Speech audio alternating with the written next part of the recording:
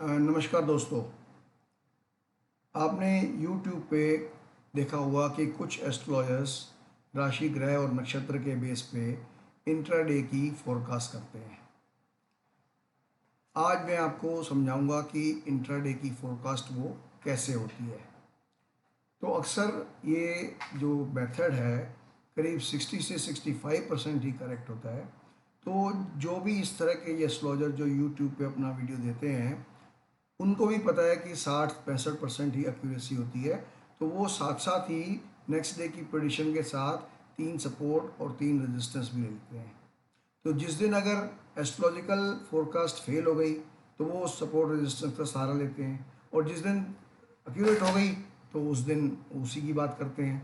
तो let us सी कि कैसे होता है ये तो मैं मान के चलता हूँ कि आपको एक बेसिक नॉलेज एस्ट्रोलॉजी की ज़रूर होगी, जिसमें आपको पता होगा कि टोटल 12 राशियाँ होती हैं, 30 डिग्री की ईच राशि होती है।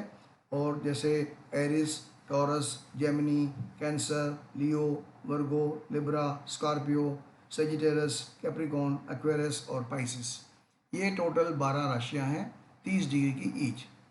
इनको फर्दर हम डिवाइड करते हैं नक्षत्रास के अंदर, और एक नक्षत्र जो होता है 13 डिग्री और 20 मिनट का होता है। तो ये मिला के टोटल 27 नक्षत्र करीब बन जाते हैं।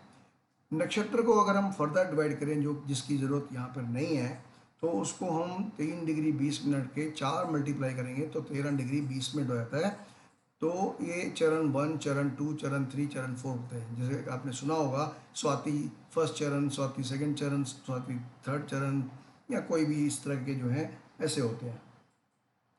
अब मान लो पहली राशि में पहला नक्षत्र 13 डिग्री 20 मिनट का निकल गया, दूसरा नक्षत्र भी पूरा आ गया 13 डिग्री 20 मिनट का, तीसरे नक्षत्र का सिर्फ एक पार्ट जो कि 3 डिग्री 20 मिनट आएगा वो आएगा, और बाकी जो रिमेनिंग 3 चरण हैं वो 10 डिग्री के, मतलब 3 डिग्री 20 मिनट के 3 चरण जो हैं वो अगली राशि में चले जाएंगे।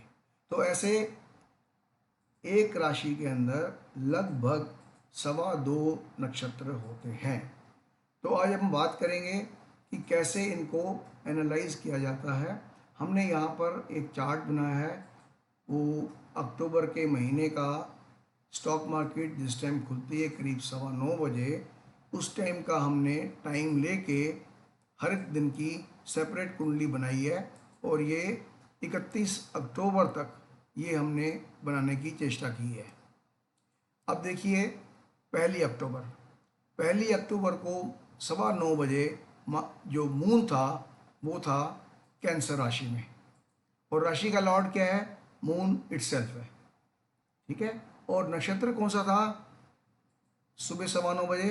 वो था पुष्य नक्षत्र, और उस नक्षत्र का लॉर्ड कौन है? वो है सैटर्न। अब यहाँ पे हमको देखना है कि राशि के लॉर्ड का नक्षत्र के लॉर्ड के साथ कैसा संबंध है। तो राशि लॉर्ड को हम देखते हैं, नक्षत्र लॉर्ड को वो क्या समझता है। यहाँ पर राशि लॉर्ड है मून, नक्षत्र लॉर्ड है सैटर्न, और मून जो है सैटर्न को एक सम मानता है, न्यूट्रल मानता है। वेयरएज नक्षत्र लॉर्ड जो है वो राशि लॉर्ड को क्या मानता है ये भी देखते हैं। नक्षत्र लॉर्ड सैटर्न जो है वो राशि लॉर्ड मून को अपना दुश्मन मानता है। तो नेट रिजल्ट क्या हुआ? न्यूट्रल ओब्लिक एनिमी, मतलब सम रहेगा और दूसरा दुश्मन रहेगा। तो नेट रिजल्ट इसका माइनस में होने की ज़्यादा संभावना है।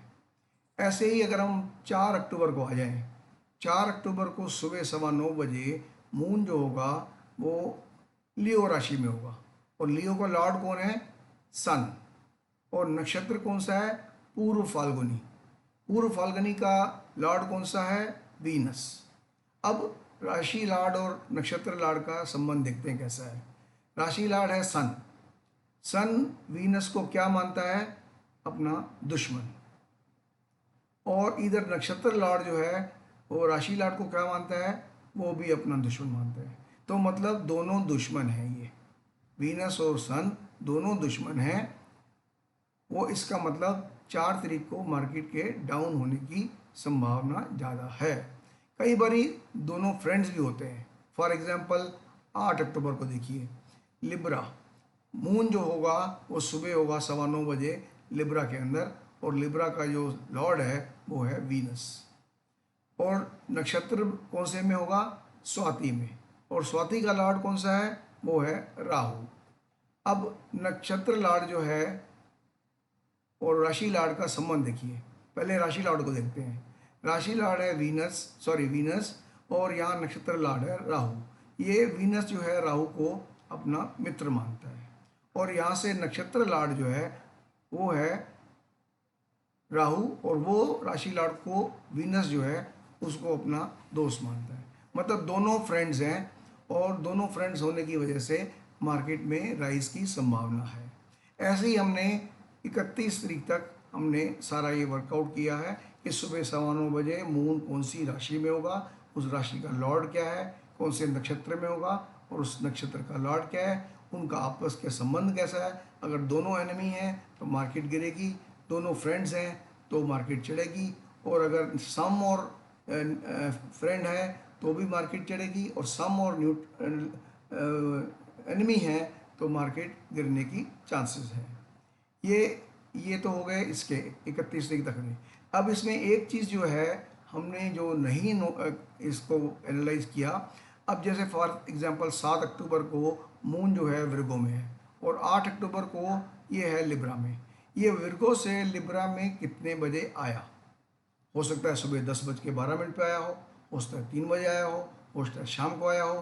तो उस टाइम पे क्या हो जाएगा कि राशि चेंज हो जाएगी, लेकिन हो सकता है नक्षत्र चेंज ना हो। और सिमिलरली जैसे ये 7 तारीख का एग्जाम्पल लें, 7 तारीख को चित्रा नक्षत्र में था और 8 तारीख को ये स्वाति नक्षत्र में है। अब ये कितने बजे चित्रा से स्वाति में आया वो मैटर करता है। हो सकता है ड्यूरिंग मार्केट आवर्स आया हो सकता है ऑफ मार्केट आवर्स आया हो। तो अगर मान लो राशि सेम है और नक्षत्र जो है बदल गया है, या नक्षत्र अगर सेम है राशि बदल गई है, तो उसके टाइमिंग का भी हमें ख्याल रखना पड़ेगा, उसके हिसाब से डिसाइड करते हैं। तो जो लोग एस्ट्रोलॉजी में इंटरेस्ट लेते हैं वो इसकी फर्दर इसकी डिटेल्ड एनालिसिस कर सकते हैं।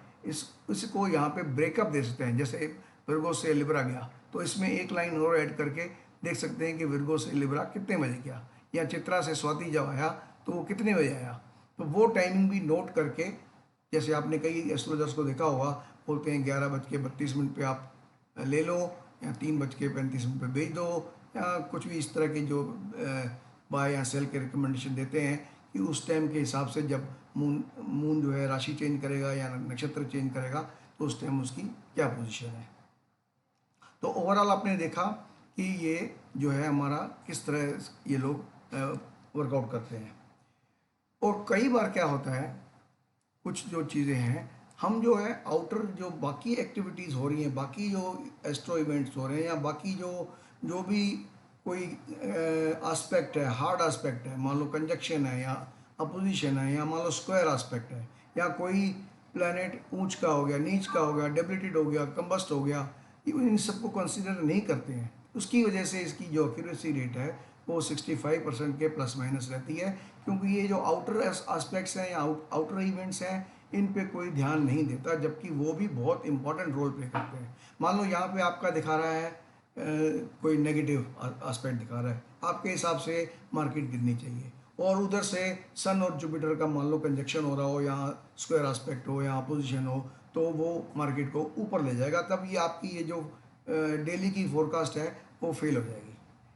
तो ऐसे ही बहुत सारी चीज़ें हैं जो हमें कंसिडर करनी पड़ती हैं, जो कि अक्सर लोग कंसिडर नहीं करते हैं। वो सिर्फ 3 रेजिस्टेंस 3 सपोर्ट दे के और साथ में मार्केट ऊपर रहेगी या नीचे रहेगी बोल के, और अपना बोल देते हैं कि हमारी फोरकास्ट सही गई या गलत गई। जहाँ गलत होती है वो अपने सपोर्ट और रेजिस्टेंस का सहारा लेके अपने आप को डिफेंड करते हैं, और अदरवाइज आपने देखिए कैसे करते हैं। ये हमने आपको जो वीडियो बनाया है, जो ऑडियो बनाया है, ये एजुकेशनल गाइडेंस के लिए है, उन लोगों के लिए जो जानना चाहते हैं कि नक्षत्र राशि के बेस के ऊपर किस तरह फोरकास्ट की जाती है, और इनको जिनको इसमें ज़्यादा इंटरेस्ट है वो फर्दर इसकी डिटेल आउट कर सकते हैं कि राशि किस दिन पे किस समय पे चेंज हुई, या नक्षत्र किस समय पे चेंज हुआ, उसका क्या अफेक्ट हो सकता है।